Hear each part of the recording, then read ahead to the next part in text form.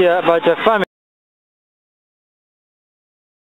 after feeding up to the family after therapy. Yeah. For example, about the mom or a sister. You're speaking about a lot, some about them before therapy. I haven't seen them after therapy. I've been only calling to them or talking in internet. Yeah. I can talk more open with them about different things.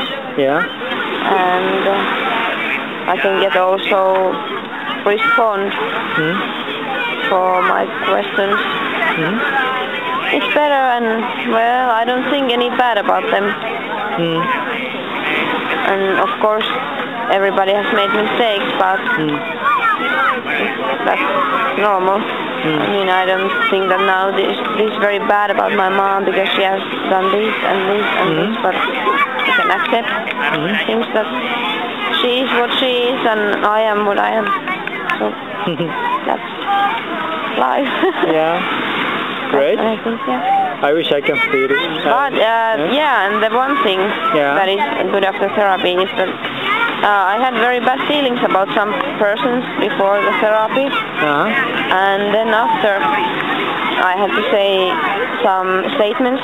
I love, accept and forgive some people who came to my mind. I don't feel any bad feelings about them.